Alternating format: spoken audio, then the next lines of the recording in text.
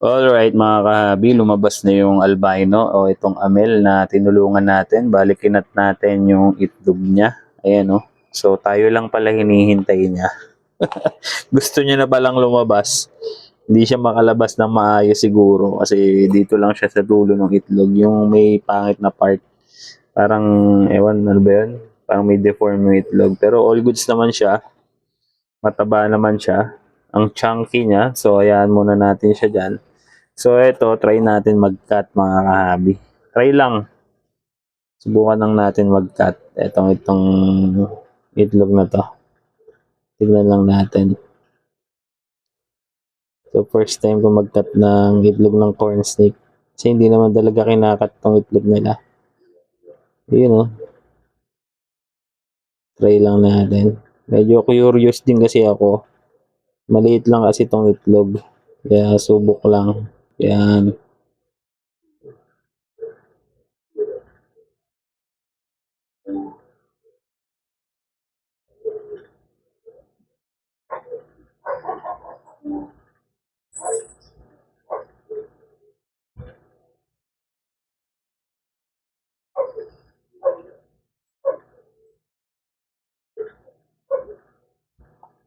So na yan.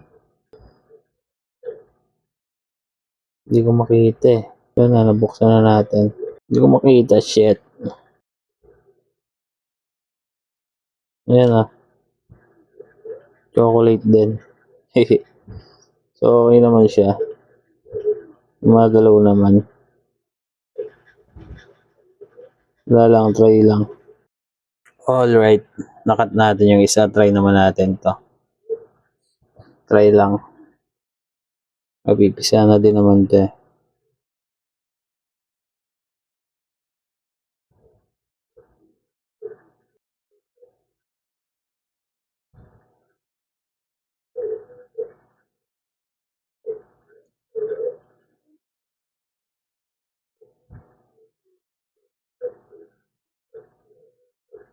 Yung buhay.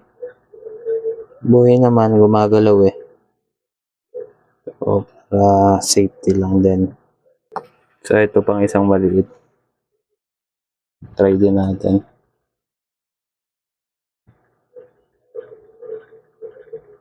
Liit na itong itlog na to. Pakaliit.